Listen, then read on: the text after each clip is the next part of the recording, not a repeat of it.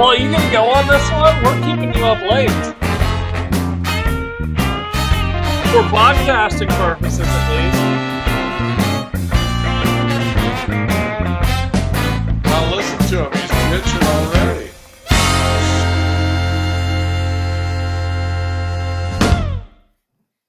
Hey, everybody. Orange Podcast Bad episode 86.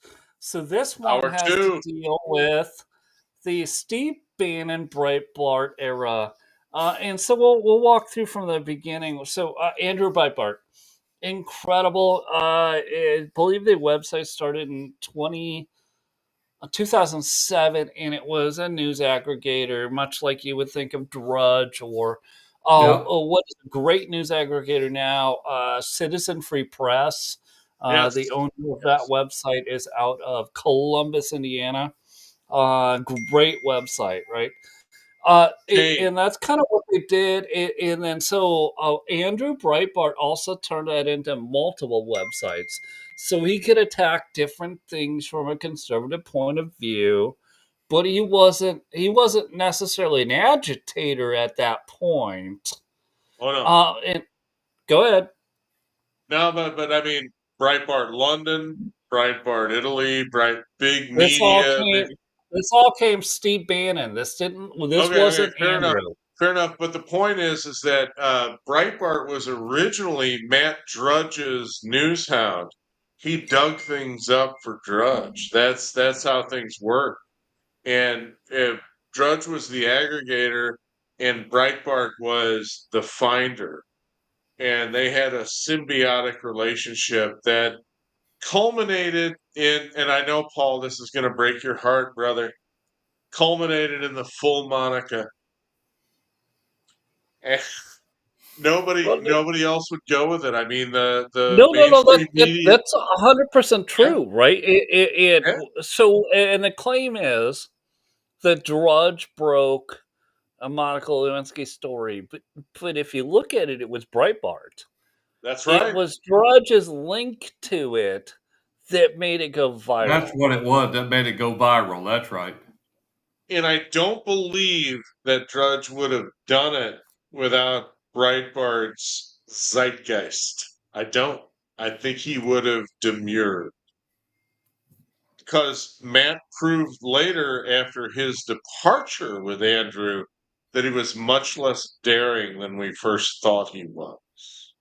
So whenever you have two guys like Wozniak and Jobs, one guy is the technocrat, the other guy is the marketing arm.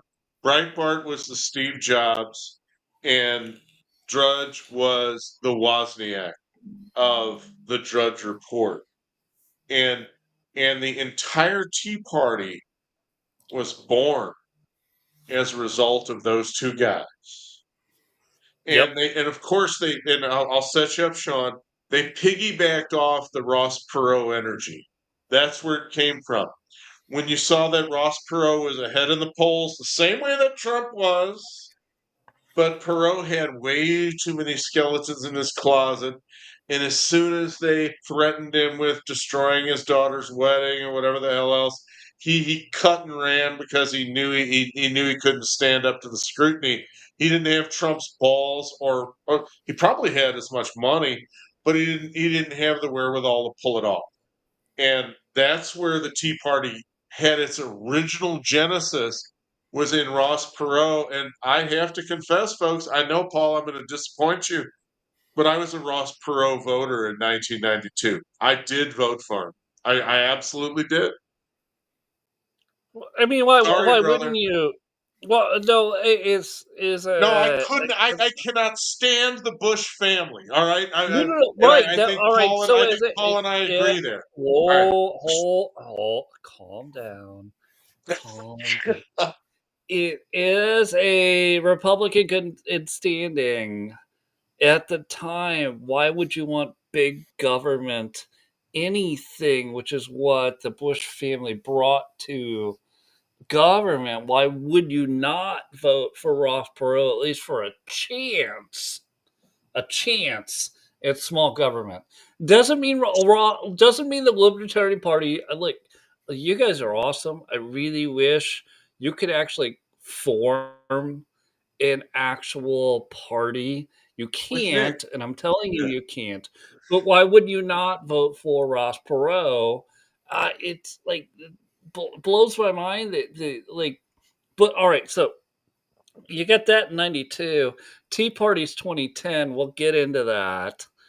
But we also got to walk through all these years of media, the Right. alternative media, right? Being Drudge Report, being Breitbart, and walk through all of that as we're on our path.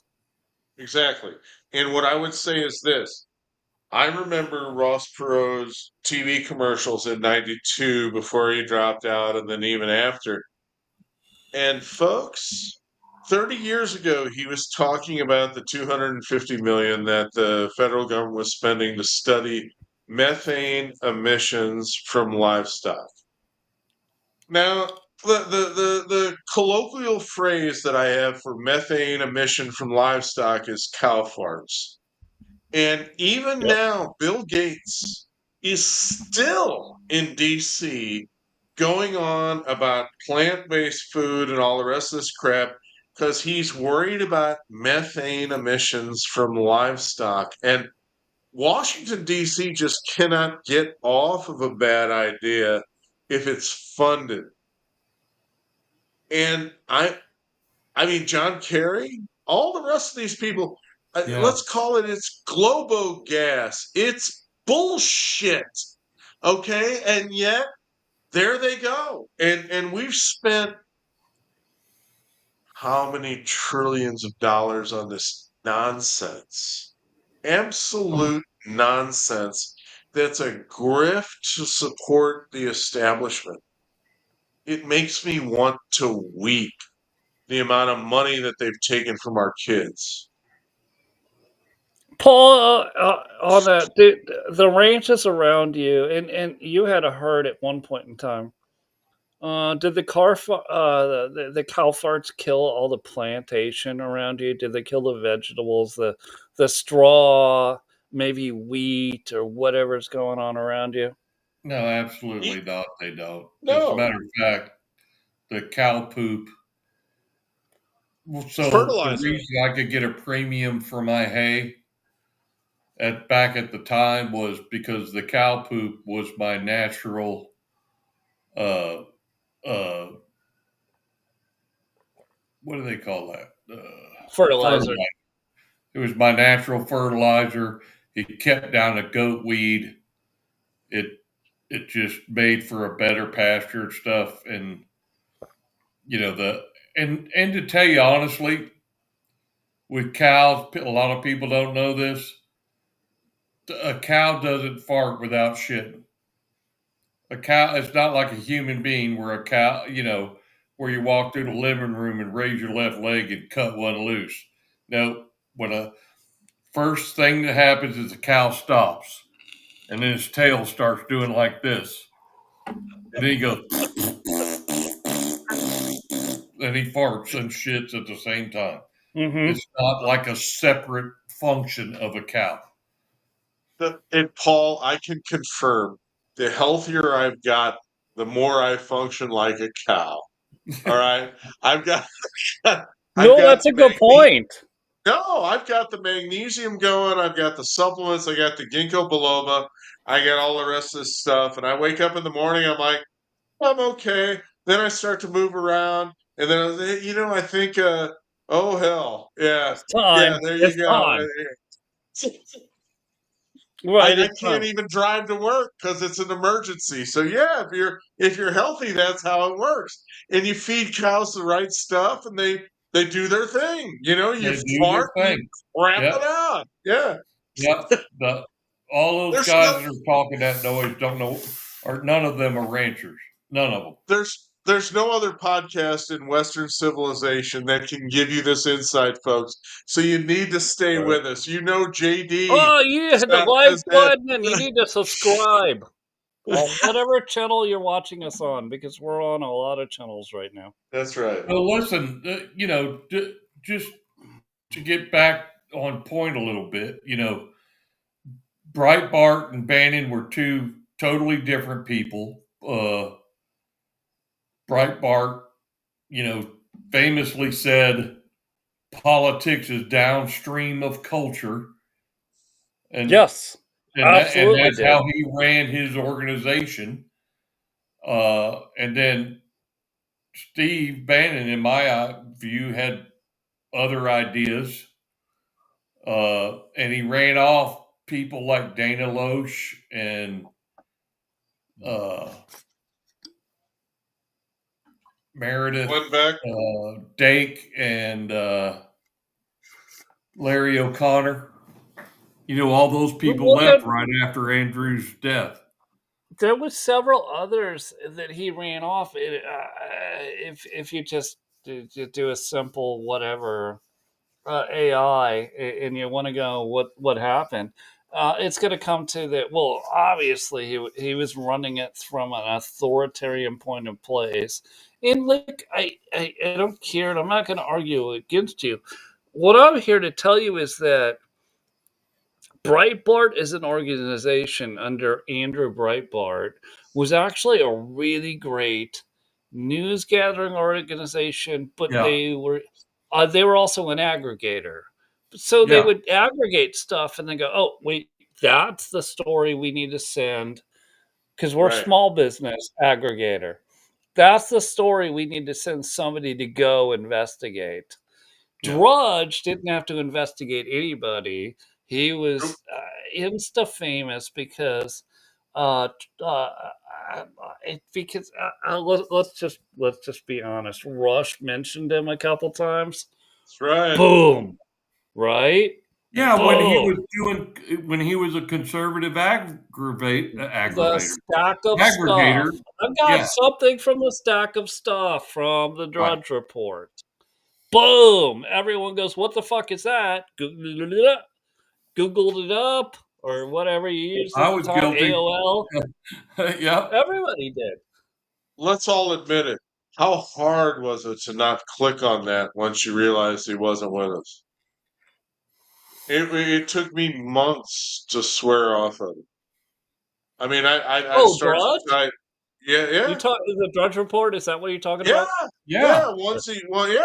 Once Yeah, it he, changed right before our eyes, Sean. We were yeah. like, wait, what is this? What is this? Mm-hmm. And to this day, nobody can tell you what happened. And No, even, no. pundits like, That's purposeful though. That's purposeful.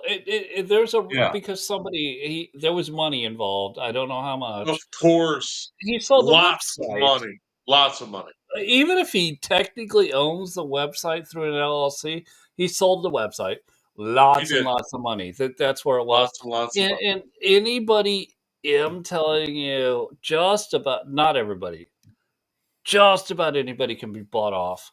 And so Drudge was bought off because I of the can be. popularity of his If website. anyone wants to make an offer, go ahead. I'm ready to be bought off. Go right ahead. Well, Anyway, we're not selling Orange Podcast. It's not for all sale. Orange right. Podcast Cat is not for sale. I will tell you that much. And I'll tell you that specifically because we have not made any money, because we have No, not been asked to advertise a single thing for a single platform or a single politician. And Paul's been with me long enough to know that we have had lots of politicians, yep, not to their own fault, that would have loved us to advertise them. And we did not, whether they could afford to pay us or not. We chose not to. Now, do we highlight politicians during election season? That's only because of our personal beliefs and nothing to do with anybody getting paid. Again, back to JC. This is why this is the best place to come for I information. agree. I agree because I'm not expecting any offers, anybody. So don't worry about it. And if I get one, I'll tell Sean first. He's my bro. well, Well, and even Ben Shapiro was Oh, a big Breitbart fan. Uh, but when Bannon took over, he's like, this is not going to end well. all right, I so mean, he said that right up front. Paul, let's move into this. So, to people who know Breitbart and know Breitbart reporting, which was very good, which would have been like what people probably would have assumed was the same stuff that God, I can't. Why can't I think of his name right now? But because he's had a couple different companies, he got kicked out of one of his companies. That guy. So- Uh, it, sounds like my kind of guy. All yeah, right. of course. O'Keefe. O'Keefe, James O'Keefe. Yeah. Okay. There Well, you go. O'Keefe My kind of guy. now Yeah. O'Keefe Media Group was formerly right Project Veritas. Right. Project Veritas meaning truth, right? And Yep. that's where we saw this website going, right? And that's why we followed it. And it was good. It was clickable stuff that you could read. You could read stories from somewhere else, and they might have some commentary on it. And that was good stuff. And then obviously Andrew Breitbart passed away. Steve Bannon was already working there. Um, took Yeah. the hel- took the helm, and all of a sudden, I will tell you my personal experience. As soon as Bannon took over, and this Paul, you and I talked about this briefly tonight. Yeah. It was unreadable because I had to click Yep. 17 times to close ads to read what they were going to say for a paragraph. And I was like, this is wholly unreadable. I'm out. And then to be honest, they went from like 700,000 daily readers to 107,000 daily readers in just like 6 months under Bannon. I think it was less than that, Sean. Really. Well, he lasted 2 years. Let me let me also say this. When I have listened to War Room, which was the only port in storm for a while, Sure. and he has 2 hours in the morning and 2 hours in the evening. When he turned that 6 p.m. show over to a guest host, and all they did was run product promos for an hour with no current guests, with no nothing, just Bannon's grift for these different products. I mean, I'm like, wait a minute, you guys actually have advertisers, and you're still treating me like Alex Jones does. Right. And I mean, I understand what Alex is doing because he has to, right? He's the pariah. But Steve, you don't need to do this. You don't. And if you see some of Roger Stone's commentary about Bannon, you'll kind of understand that he has a certain moral character, that you may not appreciate. Hold on, go deeper because besides grifter, and that's going to be the term we might have to use for Steve Bannon, and I hate to use that term because of a lot of different reasons. He's done a lot of good work. Everyone needs to make a buck. I get that, but so right, what was it? I can't remember. 2017, I think he took Yeah. over. He had 17 to 19, I believe. He was in control of Breitbart, and it turned into just an advertisement website with no I real quit clicking. readable shit. And then, I quit uh, clicking there. and then, yeah, well, everybody did. And then, right, he gets infamous by getting arrested and going to prison. And well, War Room was a thing, but War Room became a little bit bigger because he was imprisoned for Trump, right? Right. And he's using that too. And when you watch War Room, because I've totally watched it just because I'm curious, and you watch all the people, all the different shows, and how they're attached to real America's voice. There's some really good shows there. There's some really bad shows there. Charlie Kirk was on there, a very good show.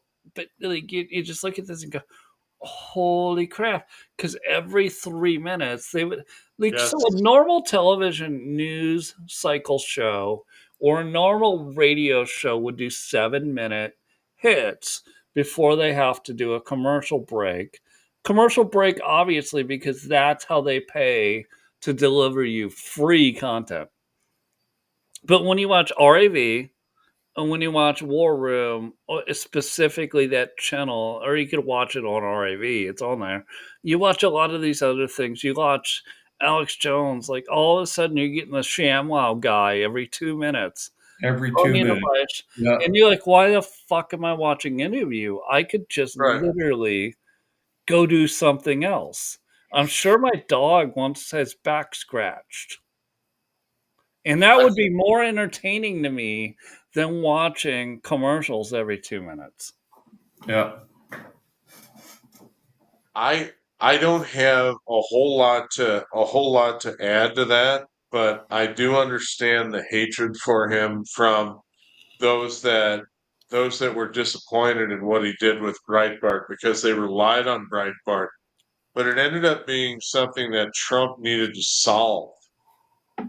And if you think about it, in 2016, there was a healthy never Trump segment of the right from conservatives, and what I would Paul call Ryan. them is Paul Ryan. Yep. cruise crew. I mean, Paul Ryan is to the left of that, but Paul mentioned Dana Lash, who's a talented broadcaster. There are others, Glenn Beck, who's a talented broadcaster, some good insights. In fact, some of the things that I know about Breitbart and Drudge come as a result of Glenn Beck's educational stuff. I mean, let's give him a hat tip. I mean, Glenn's heart is always in the right place. When he's at the border giving blankets to refugees, he and I are not on the same page. But when he's rescuing refugees from Israel or from Iraq or whatever, then Glenn and I are totally on the same page. So, and Glenn's a big ally of Corey Mills, but obviously Corey Mills has a zipper problem. And, but the fact is you can't, your friends can't always be perfect. And yet, in that situation, it seemed like Trump's enemies were demanding that he be perfect and that he be perfectly conservative and all the rest of that. And the bitterness and the vitriol, I think, was accentuated because Bannon was in Trump's corner. And I think that's why the hatred from some on the right was so strong because Bannon You was think so? credited with getting Trump over the line. Well, Hmm. Paul, well, both of you actually. Let's look at this from I'm a content reader or watcher, and I watch Breitbart go from this to that, and I go, well, I quit, right? Well, why do you think they quit? I know why I quit. I probably know why you two quit, but just as in general, for people who are not as involved in political media as we are, why did people quit? Why did people quit Breitbart? Was it Bannon specifically? Was it his policies? Was it the you have to click through 7 ads? Paul, we talked about the 7 ads earlier tonight. Yeah, but I also think it was the culture that Bannon instilled after Breitbart passed. I think his leadership was way different than Andrew Breitbart, Breitbart, who yeah. was a happy warrior, fighting culture wars and that kind of thing. And Bannon was a lot more, I would say, dark. He's a dark lord. Yeah. Yeah, he was just a dark. I don't know. So you're saying Oh, maybe hold on, maybe the opposite of Charlie Kirk, which is I will have that conversation. And Bannon was like, no, screw you. Yeah, right. And the middle ground is a Breitbart acolyte like James O'Keefe, who hmm absolutely incorporated Breitbart's strategies and the best example I can think of is the last one, the Anthony Weiner takedown. That is that is a study in media media management, not manipulation, but management, because he knew exactly what the New York press and the Acela corridor clowns were going to do with the Wiener story, where he's sexting pictures of his cock to this little girl on the West Coast, and he's Carlos Danger. I'm sorry, Paul, but we just got to call it out. And of course he's going to say he was hacked. Of course he's going to do this. But Andrew always had the strategy of, you never tell him everything you have first. You make the allegation, you put them on defense. You wait for them to come up with their bullshit. Yeah. And then you dump the second tranche. Yep. That's right. You dump the second tranche, and then they make up some more bullshit. And then once they framed their narrative, then you drop the hammer, and then they're finished. And Sean, I'm going to say it. That's why they killed him. On that, James O'Keefe, let me move past that because James O'Keefe being a Breitbart acolyte. Yes. Laura Loomer, thoughts? Laura Loomer. I want to hear from both of you. Thoughts on Laura Loomer? I've got some thoughts. Go ahead, Paul. I think Laura Loomer is direct to the point, and she does thorough research, and she was not only an acolyte, but I think much like Dana was, she was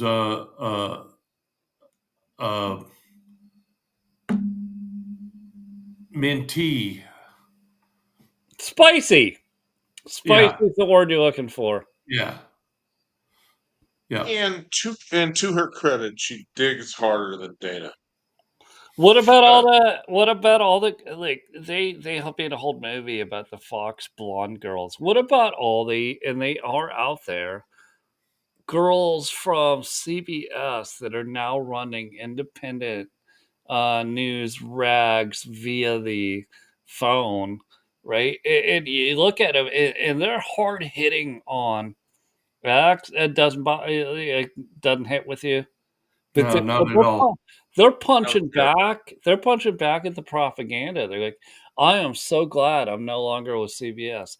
I am so glad." What are their names? What are their names? I'll bring them up.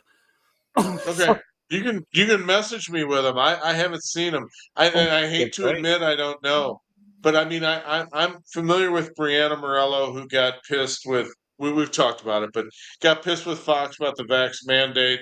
Went independent. Now she's with Alex Jones. Okay, yeah. One, but hold on. Yeah. Now she wasn't CBS though. Catherine Harris was. She wasn't CBS. All right. But there's I'll find them. There was a couple. I mean, listen. I found a quote. I did find a quote from Dana. CBS fixed it. They got Barry Weiss now, so it's all going to be great. Well, I got questions about that.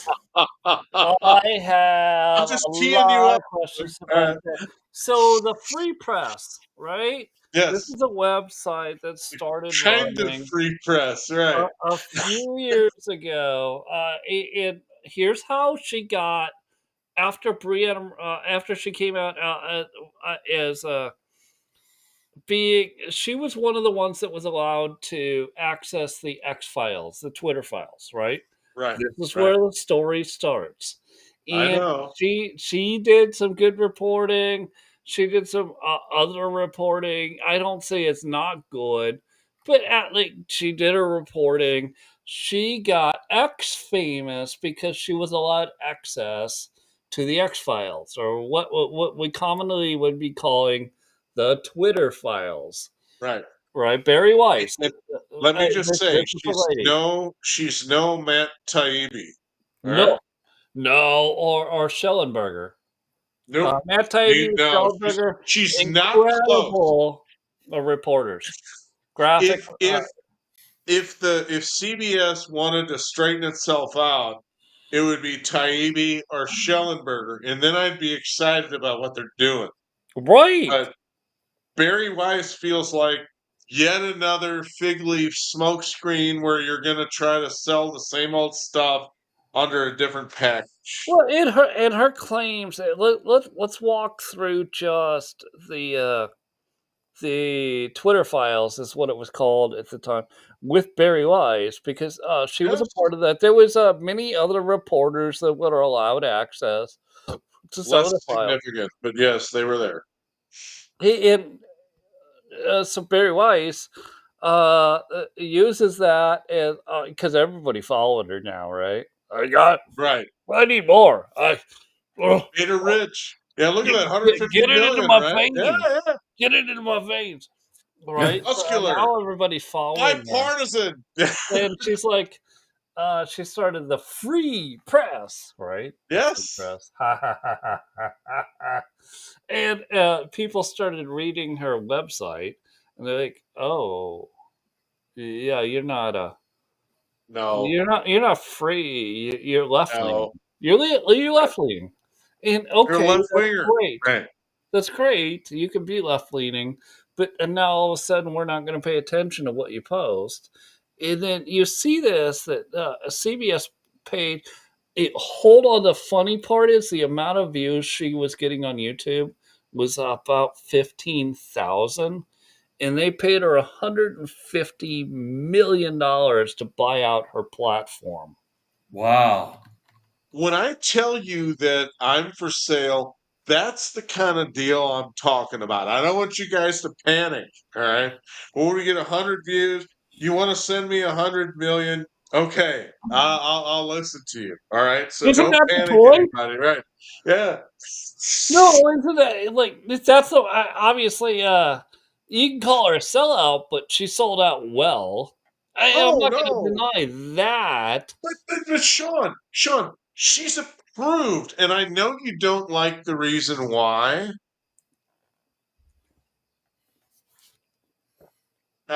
New York, Upper East, Upper West Side, approved messenger. Let me leave it there before I use a J word, okay? But that's what they like. And it's a fig leaf. It really is.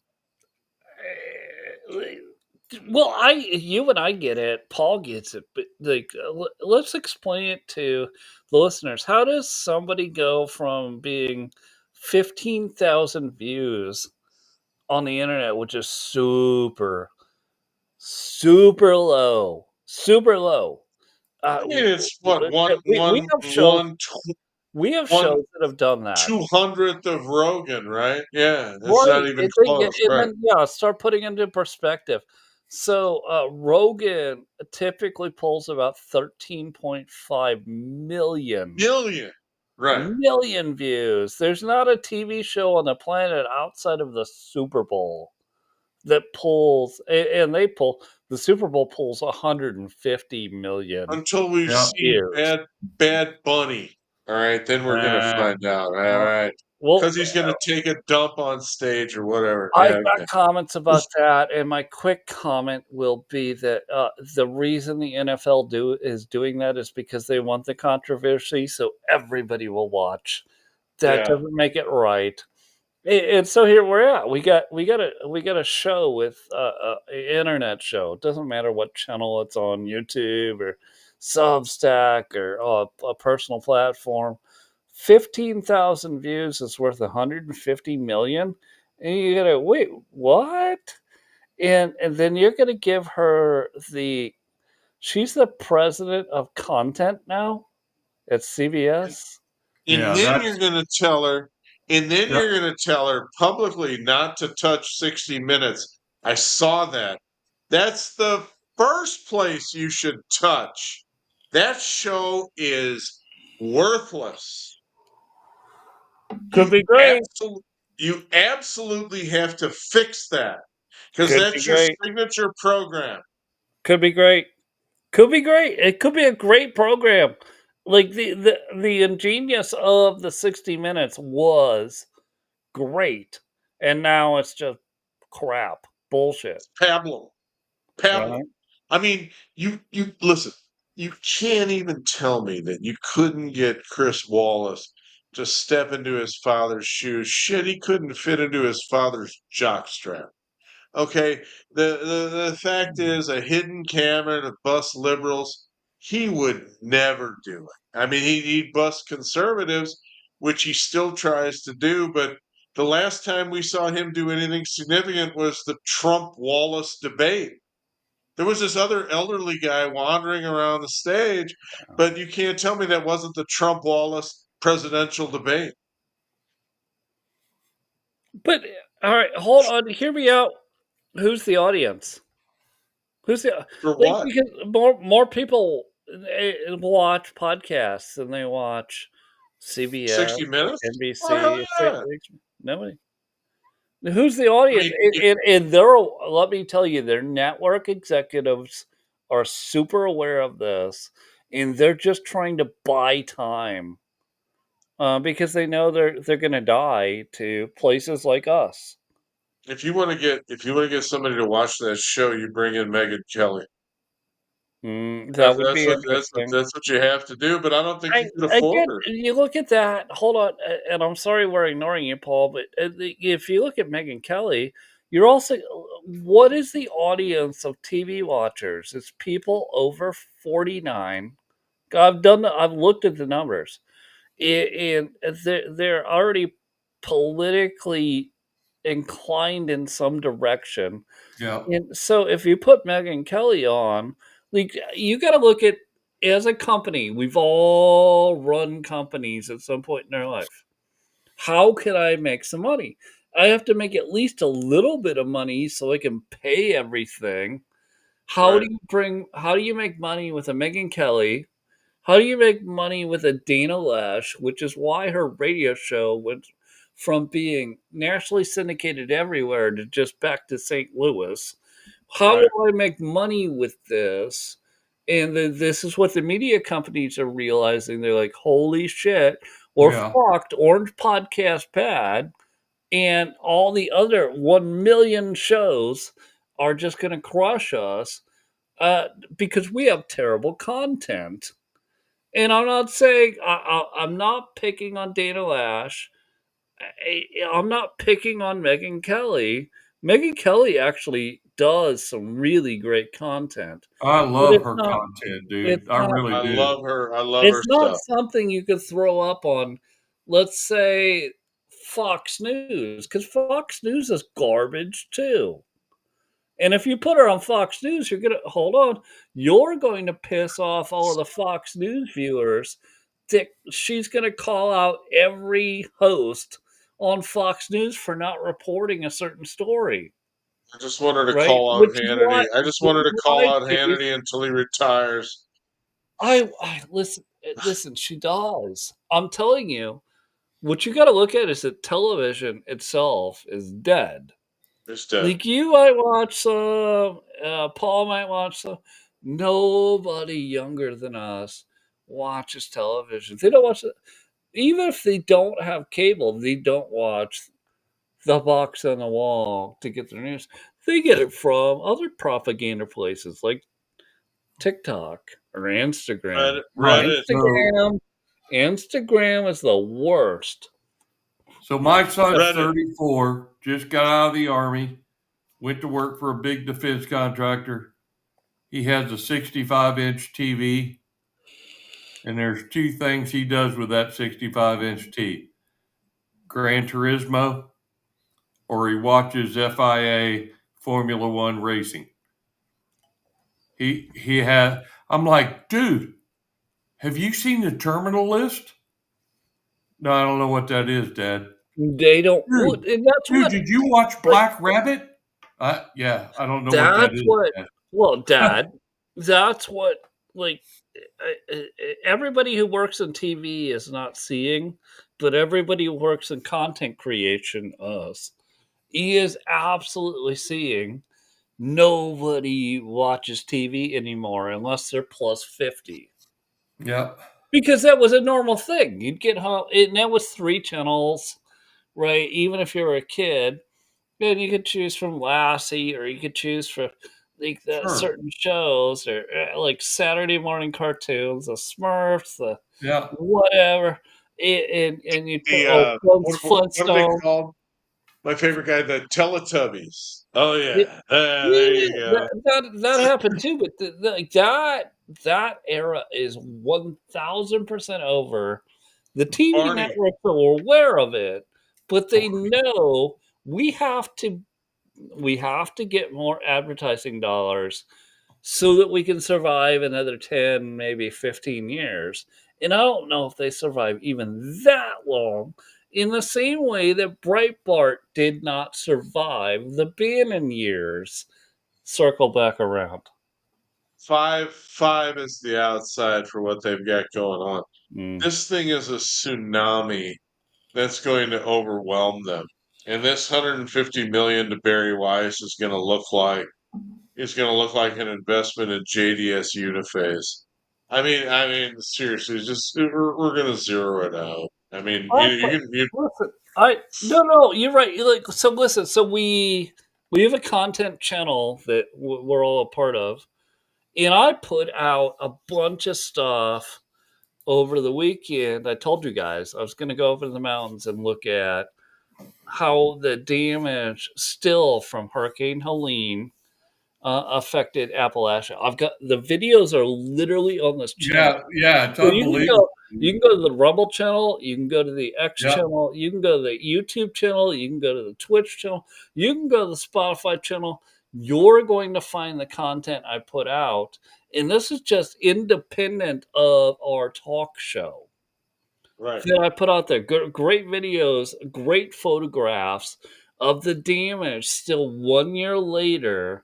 This is what I'm talking about. We're not going to do CBS. We're not.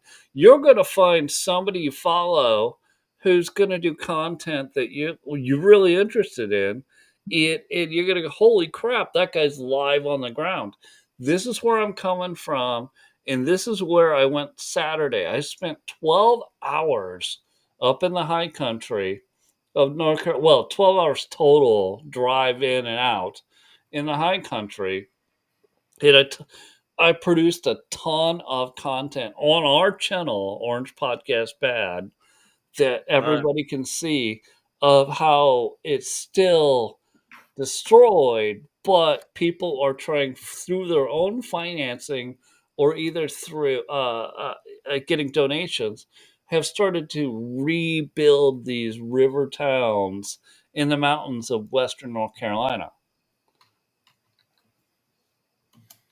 Where was CBS? I was there. I did the videos on my own. I did it by You know, myself with an iPhone. I Sean, literally did it with an iPhone. they don't give a damn. All right. That's why they're gonna die. I know. People want content. Of course, they want some silly, goofy content. Of course, they want some movies. That's fine. But if they want news content, I provided you two different videos of news content over the weekend. If they want political commentary to understand where we're going in the world, the Orange Podcast Bad is the best place you could possibly be. When But and if you want to, we go ahead. put all kinds of stuff on this channel, is my point. And it's better content that you're going to get from Barry Weiss. It's better content that you're going to get from Paul Ryan's Fox News. Oh, Paul come on. Ryan's just the worst. Stop, turn off your TV, turn on Rumble. And if it's not even me, turn off Rumble. Or sorry, turn off the Hey, TV. Turn let's call off it out. Rumble. Turn off War Room. Yeah. He's not telling you what you need to know. He's not. He's advertising to you half the time now. It's a grift. He returns to his roots. If you want hard news, follow Nick Sortor. That guy is on the front line, and he's the guy who stopped someone from burning the flag in Portland, and he got arrested. Shocking, right? Yeah, yeah. As Tucker said, and Tucker's a little more controversial than he once was. But in a lawless society, telling the truth becomes a crime. That's where we are. Yeah. Paul. No, I agree, 100%. Yeah, yeah. And Hey, Paul, Nick Sorter you probably tells the truth. Paul, you probably haven't seen him yet, but you gotta, whether it's on X or on Rumble, you gotta see the videos I did in Chimney Rock Village. Oh, I watched. Oh, yeah, I watched them. Yeah, a year And how later, all that. some of Yeah, I those saw those. companies were able to rebuild, but then you could Yeah, also see that companies were still literally washed out. yeah, And I showed the foundation, or well, lack of foundation, Exactly. where they were, yeah, and a lot of the comments were, "Well, where was the government to help? Well, where was FEMA?" Uh, And you got to go. Hold on, you got to go. are you Well, kidding? FEMA only gives you some stuff. You gotta like work through this and go. Well, but they also obviously they build a business from the ground up and they put it on a river. sure. Yeah, and then you get, well, where was the insurance companies? And then like everyone's I just hate everybody, and I'm gonna go, Yeah, no, oh, hold on, and then all right, there's a lot of companies. They're small companies. They're small businesses that were able to rebuild through donations or through money they had, but there was so that did not. They can't. They don't Right. have the money because the right. literal foundation, their Yeah, entire 2 or 3 story building washed down the river. And just, they may yeah, never rebuild. Never. yeah, No, And that's what I no. was reporting on. Again, reporting, yes, our show, an opinion show, was Yes. reporting on over the weekend because we can do 2 things at once. We can report, we can also do opinion shows like this. Well, the same way Nick Sorter was in Maui when everything burned to the ground and reporting on why in the world there's this perimeter raised where they've got all the barricades up so you can't even see what's yeah. going on, and nobody can get back in their home. Nobody can get a settlement. Nobody can get anything. They're offering you $700. And right now, folks, you all need to connect with this. Pacific Palisades, the place where Reagan lived. All right, it is home. What have they rebuilt? 3 homes. And Trump stood there and stared down Newsom and the Cuban communist Karen Bass and said, "We've got to waive some of these regulations and get this. Oh, we'll do that. We'll do that." Yeah, No, no, they haven't done shit. It's the Coastal Commission and the bureaucracy, and they're locked in with Newsom while he fiddles and Rome burns. California is just a mess. And Wait, nothing in the Pacific Palisades has been rebuilt. Nothing. And Paul! FEMA's not doing, yeah. No, you're 1,000% right, but Paul, it gets even worse, JC. When it comes to public procurement of public works, why is China so much more efficient than Imagine we that. are? I already know the answer, but why do you think that China can build a big, beautiful bridge, and we can't even fix a bridge in Baltimore that's a major traffic thoroughfare? so we wanted to build a loop around Lindale for the truckers because they were tearing up. It's a historic town and not 30,000 people. It's not real big, and they put it out to bid. And a Chinese company came in. They were 27% cheaper, and they did a better job than anybody could ever imagine. They made it a toll road, put in all of the electronic toll readers, And their ingenious idea, which none of the others submitted, was to make a passing lane for 1.5 miles for this side, and then a passing lane for 1.5 miles on the other side. So it never got bigger than 2 lanes or 3 lanes, Right. all the way. And they did a loop all the way around, not Lindale, but Tyler, all the way around Tyler. They're just more efficient. They use materials better. They use Wait, labor. They're more efficient with their labor. And I gotta no, say, we got 10 minutes left, and I really want to get into this because people don't understand that the Chinese engineers, I don't care if they stole the IP from us. Well, I care about that, but they are way better at public works infrastructure and than the project management. Americans have been since Yeah. the 1970s. Yeah. They don't have unions in China. No. So, their mantra is you don't get right, you're going to get left. Well, is it? You also look at it and go, we're going to build it big and beautiful because they do. If you look at projects in China, and everyone can laugh at China, I go, all the listeners, yeah, they're communist. Well, of course they're communist, sort of, sort Yeah.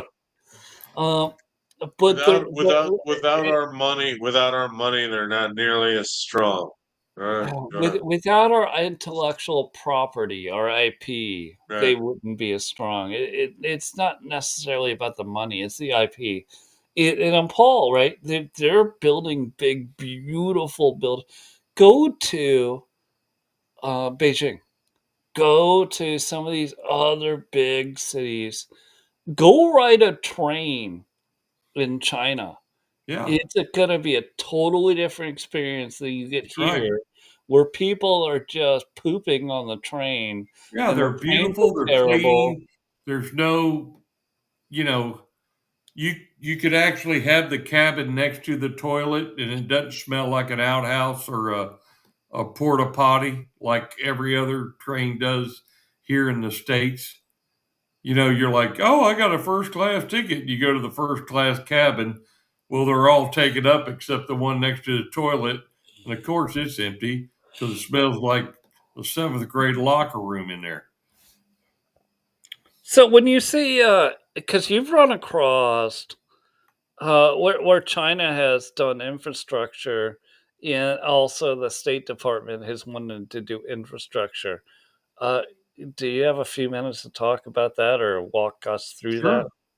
Sure, sure. The State Department uses the Chinese all the time, and they use them at embassies across the world. There's the OBO contract, which is the overseas building organization that comes out of State Department. They do I mean, all of the embassies. And so we won a contract to build embassy substation in Banja Luka in Bosnia, and we were able to get it done. But it was a best value contract, and so we had some differentiators. But the next closest bidder to us was was a Chinese company. Does Does Marco Rubio, and I love Marco Rubio, don't get me wrong. Does Marco No, Rubio have he's really any come up in I my mind hold too. on, does he have any idea that we contract to mostly foreigners when we're doing this stuff? Oh, sure. Does he? So and I'll tell you why. Most of those overseas contracts uh, uh, have a part of the contract that says, whenever possible, you will hire local labor. Yep, there it is. That's it. There There it it Yep. is. is. Right? Yep. You're going to build a bridge in Ethiopia. You got to have 30, each 30% contract's different, but they have a Ethiopian. Yep. percentage Yep. of local labor you have to use. There it is. Do you think we'll ever get to a point where we can get that out of federal government, our federal government, and just use Americans? Yeah, we need at minimum 5 iterations of conservatives in administration in order to get that done. Because every single time the Democrats get in, they reestablish that. So you're And talking then 40, when the 40 conservatives years. get in, they do a Buy American clause. Well, And yeah, you and I have argued about that yeah, incessantly. But you're talking basically where I've come from, even on different podcasts, you need 2 generations of change, yeah, bare minimum. 40 bare years. minimum.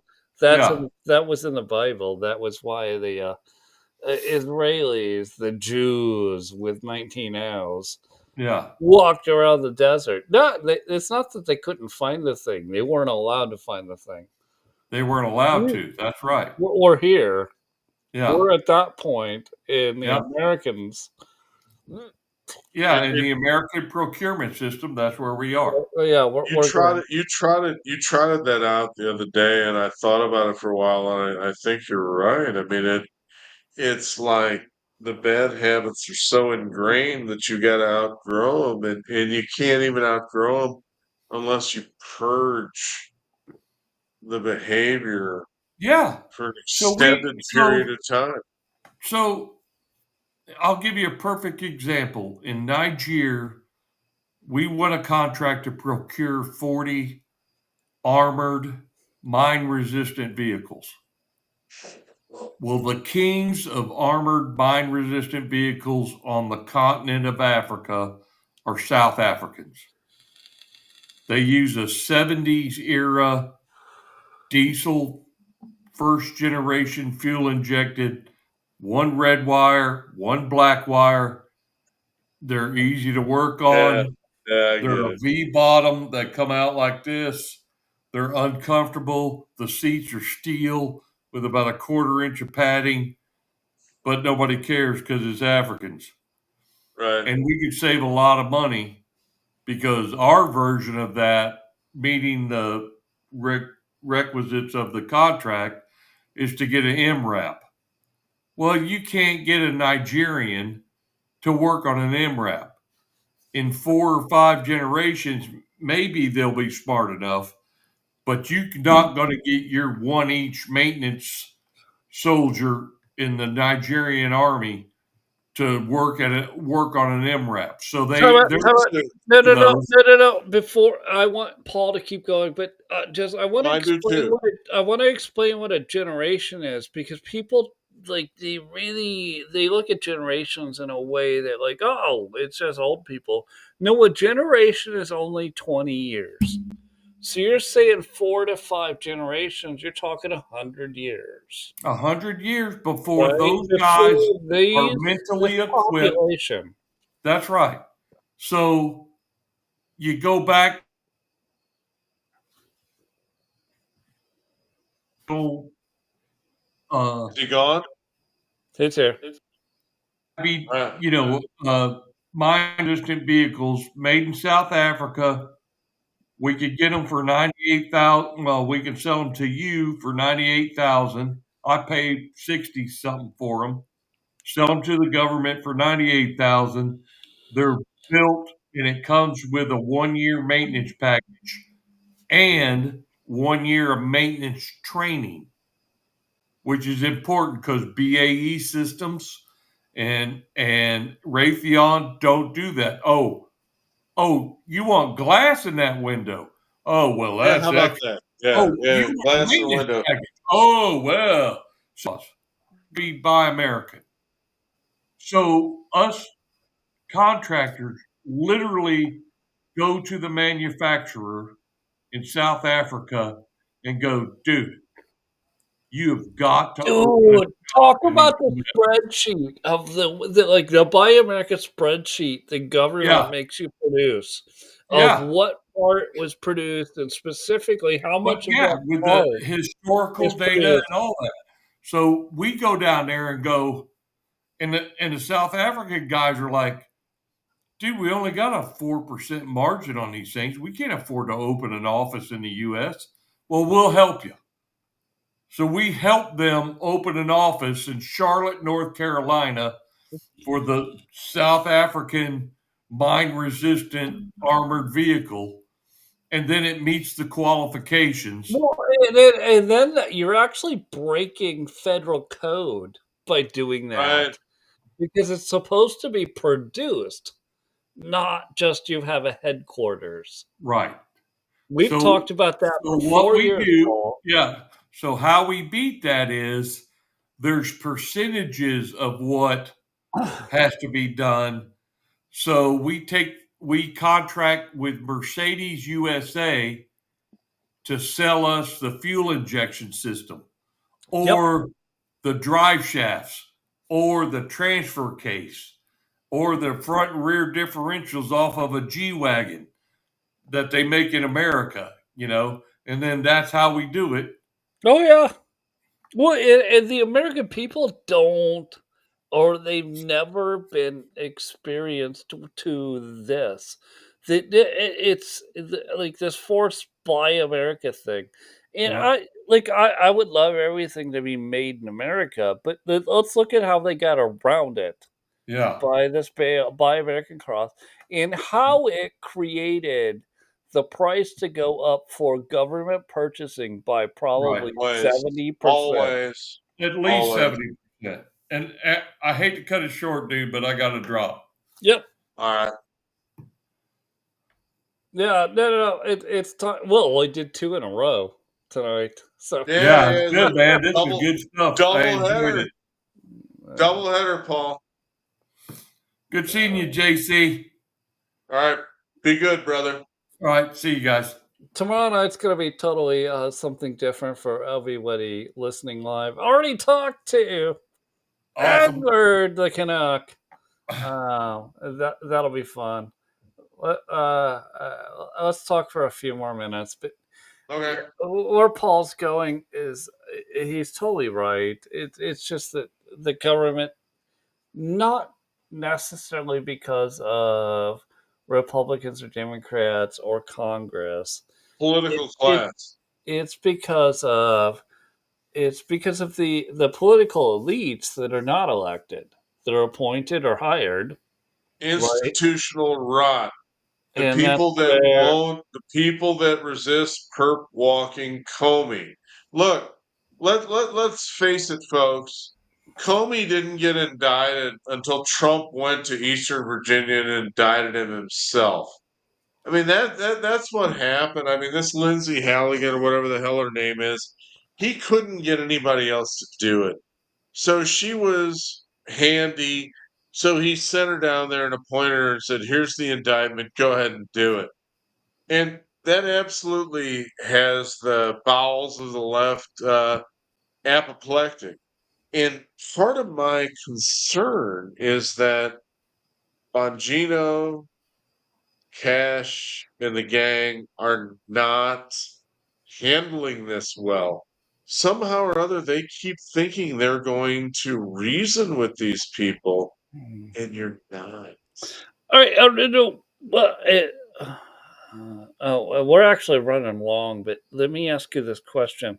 So, Cash, you call him counterfeit, or That's my name. Bongino? Yeah. I will change that name when he arrests someone.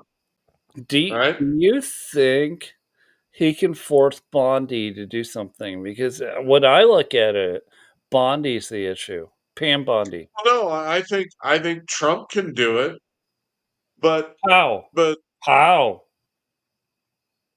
I mean, to force Bondi to arrest him, I think he can tell her she's fired if she doesn't do it.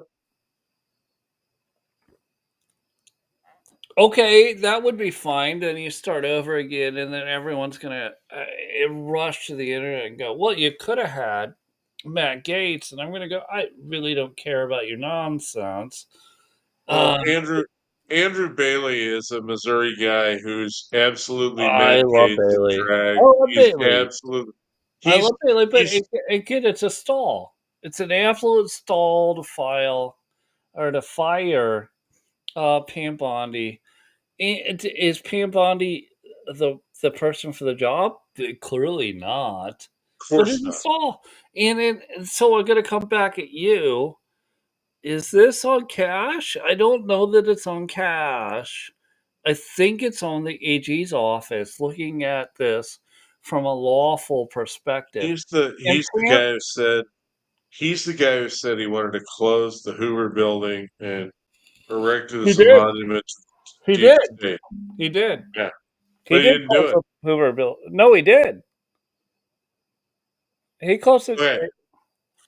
My litmus test for him was when you rehire these people, you can rehire the people you want, but everyone gets a polygraph because Yes. we need to know where their loyalty is.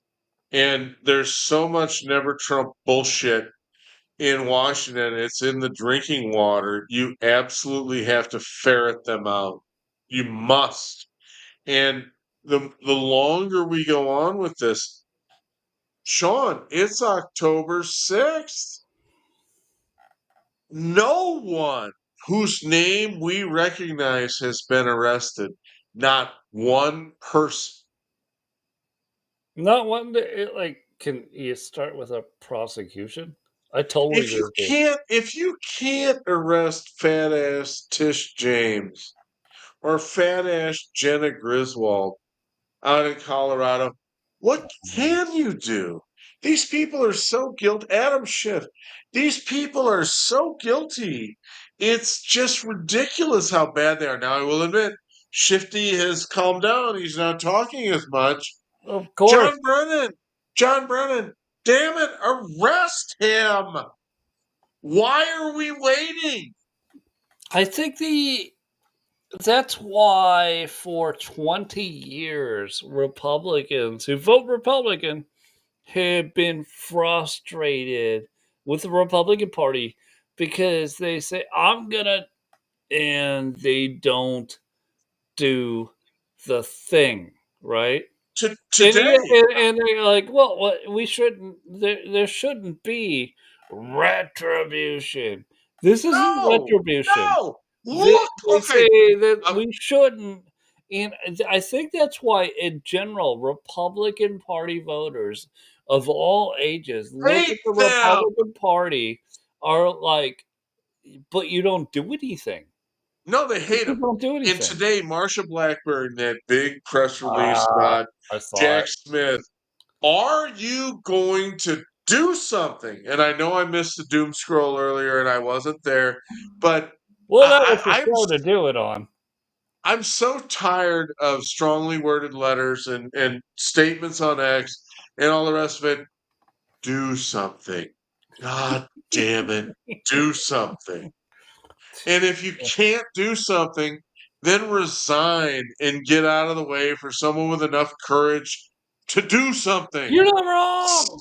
You're not wrong. The reason we don't do doom scroll every day is because everybody else does doom scroll, and it's boring. So we bring different content.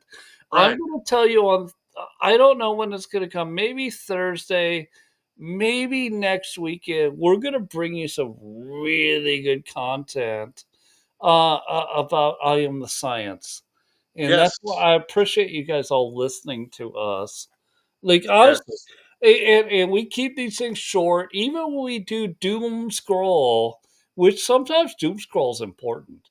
It really is, Edward. It's a thing of the day that we It just gotta wasn't talk about. today. It's Oh just the no, same old no, I get it, shit. but like what happened today was we talked about doom scroll was Paul being able to tell us basically what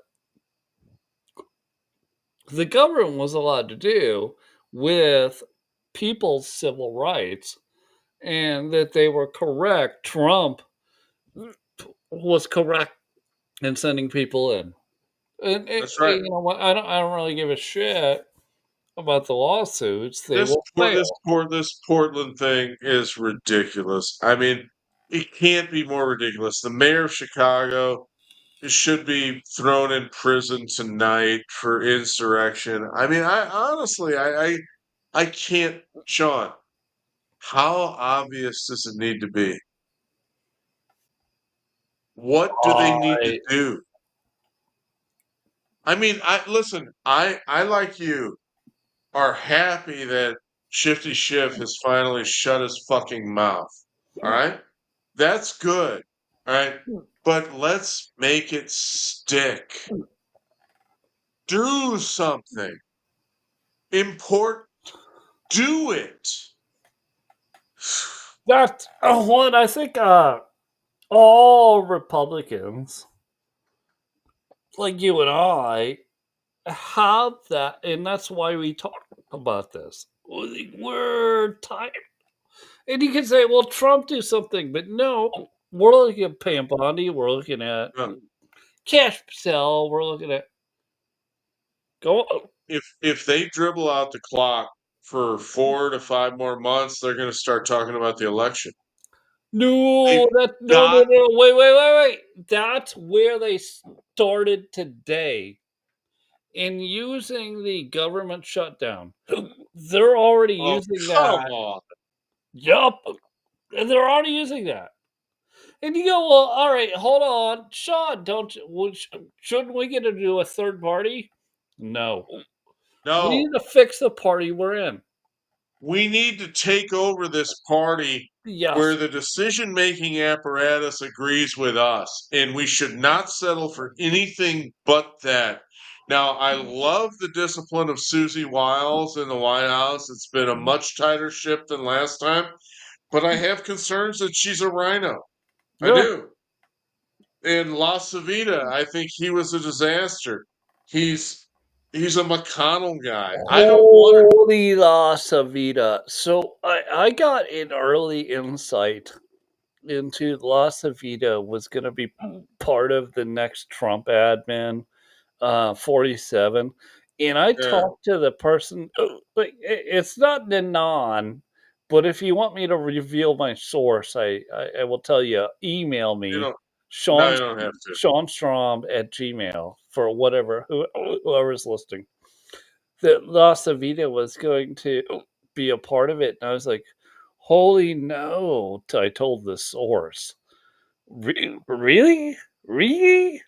He's going to sabotage. Right? He's going to do exactly La Savita. Hold on. La Savita hold on. You got to hear my point now. He's going to do exactly what Bannon did to the Trump administration. Right. Self-aggrandizement. That's La Savita. Mm-hmm. And that's what, and I told this, it's a source. I told the source, like, holy crap, no. You cannot bring up, and it's a younger source, but you cannot bring up La Savita. And, well, he got brought up. There he is. Again. There he is. Again. Like, these people are failing Trump. It's baffling. And as much as I love Trump, and I do, and you obviously know that I will criticize him, I thought this meeting with Pfizer was ill-advised. I understand it because seniors are going to see 50% off, and they're going to think, oh my God, he saved me money. And he does need to work on affordability, and I get it, but that's a deal with a devil.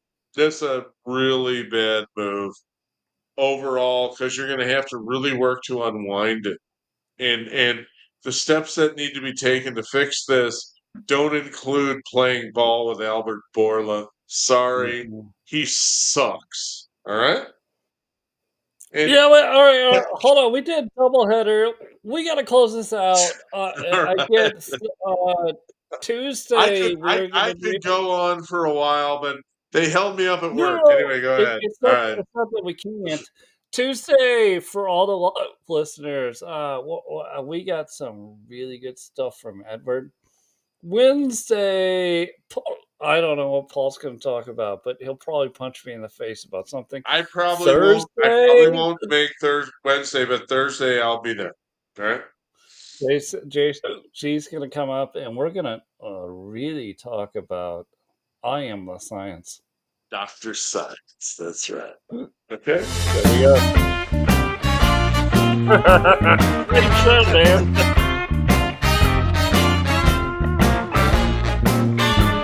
I think I look less evil with my glasses on.